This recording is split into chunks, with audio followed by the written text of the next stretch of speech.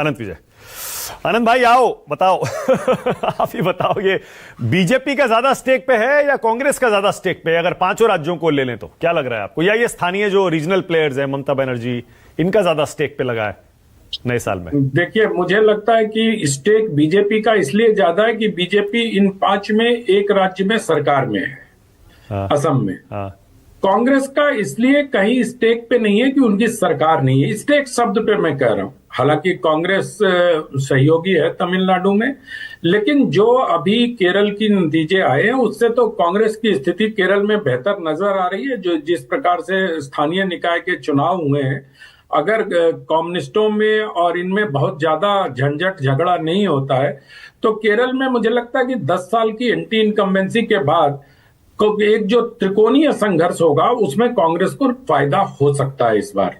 UDF कहते हैं शायद उसको वहां, कांग्रेस को। यूडीएफ है ना, उनका अपना डेमोक्रेटिक अलायंस है। तो मुझे लगता है स्टेक पे तो सिर्फ और सिर्फ बीजेपी का है, क्योंकि बीजेपी के सामने सबसे बड़ी चुनौती इस वक्त बंगाल है। तमिलनाडु में अभी उनको और मेहनत करने की आवश्यकता है। तमिलनाडु में उनकी सीटें बढ़ जाएं, पुडुचेरी में उनकी सीटें बढ़ जाएं, लेकिन बंगाल में जिस प्रकार से 3 से 76 पहुंच गए थे वो एक बड़ा जंप था। और एक चीज हम लोग इस बार भूल रहे हैं कि ममता जी के साथ प्रशांत किशोर नहीं है इस बार, है ना। तो अब पता नहीं पीछे से अगर हो तो मुझे मालूम नहीं है, क्योंकि मैं आज देख रहा था कि प्रशांत जी की कमी मतलब वहां, क्योंकि प्रशांत जी लगातार दावे करते थे और मीडिया में उनके इंटरव्यू भी चला करते थे, लिख के दिया था उन्होंने बीजेपी 100 नहीं पार कर पाएगी, तो बीजेपी 100 नहीं पार कर पाएगी। तो इस बार प्रशांत किशोर वहां है नहीं। दूसरी बात, जब तक मुझे लगता है कि बंगाल में ममता बनर्जी स्वयं के लिए वोट मांगेंगी, बंगाल की जनता उदारता पूर्वक उनको वोट देगी। लेकिन जैसे ही अभिषेक की एंट्री करा के उसको आगे बढ़ाने का थोड़ा प्रयास करेगी तो बंगाल की जनता थोड़ा झिझकेगी। अभी विनोद जी जैसे कह रहे थे ना कि ममता बनर्जी ने अपनी एक छवि बनाई है, वैसे अभिषेक की छवि नहीं है। अभिषेक की छवि एक फ्लैम्बॉयंट लीडर की है। वो अच्छे दिखते भी हैं, अच्छे मतलब एक जो हाई मिडिल क्लास का जैसे होता है, वो अपर स्टार्टा ऑफ द सोसाइटी के लीडर वो नजर आते हैं। ममता जी की तरह हवाई चप्पल और इस प्रकार से उसी मतलब वहीं पर कालीबाड़ी के आसपास के अपने घर में रहना, एक कमरे में रहना और उसी को मेंटेन करना पिछले 15 वर्षों से, ये बड़ी बात है। विनोद जी ने तंज में आम आदमी पार्टी के लिए जो कहा वो बिल्कुल सच बात थी। तंज नहीं कहा, उस पे संजीव झा जी ने कुछ कहा नहीं।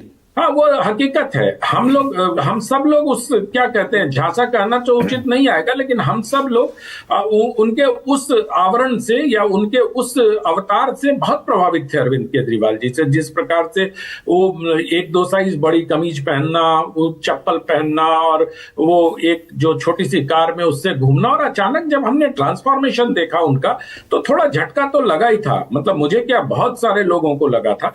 और दिल्ली की जनता ने फिर भी बहुत बार मौके दिए उनको। और अरविंद केजरीवाल जी ने 15 में, जबकि नरेंद्र मोदी की सरकार 14 में प्रचंड बहुमत के साथ नहीं लेकिन अच्छे बहुमत के साथ आई थी, ठीक उसके तुरंत बाद 15 के चुनाव में, मतलब जिसको प्रचंड बहुमत कहते हैं, उससे अरविंद केजरीवाल जी को दिल्ली की जनता ने चुना था, उसके बाद भी चुना। तो इन सब चीजों को देखते हुए मुझे लगता है कि बीजेपी का बहुत स्टेक पे है। और आपने अग्नि परीक्षा कही है, मुझे लगता है कि करीब करीब अग्नि परीक्षा मैं उसको कहूंगा, क्योंकि बंगाल बीजेपी के लिए बहुत मायने रखती है। असम में मुझे लगता है कि बहुत ज्यादा दिक्कत नहीं होनी चाहिए बीजेपी को, क्योंकि बीजेपी का वहां संगठन भी है और नेता भी है, और जिस प्रकार से उसने पिछले दिनों वहां पर काम किए हैं वो भी है। और अभी कुछ स्कीम्स भी हो सकती है वहां आ जाए, उसका मुझे मालूम नहीं है। लेकिन कांग्रेस पार्टी का संगठन गौरव गोगोई और एंटी गौरव गोगोई में बटा हुआ है वहां, तो उनको थोड़ा अभी उस जमीन को पकड़ने के लिए प्रयास करना पड़ेगा। तो स्टेक पर बीजेपी का है। लेकिन एक चीज जो मुझे समझ में आ रही, बहुत दिलचस्प होने जा रही है, वो है क्या कांग्रेस पार्टी बंगाल में क्या करेगी, किनके साथ जाएगी।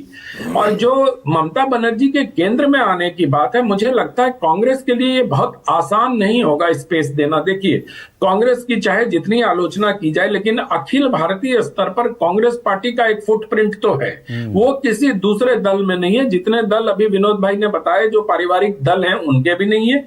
और मतलब ममता बनर्जी का भी अखिल भारतीय फुटप्रिंट तो नहीं है। अगर वो जीत के आती भी हैं तब भी मुझे लगता है कि बंगाल के बगल वाले बिहार में ही उनकी स्वीकार्यता नहीं है।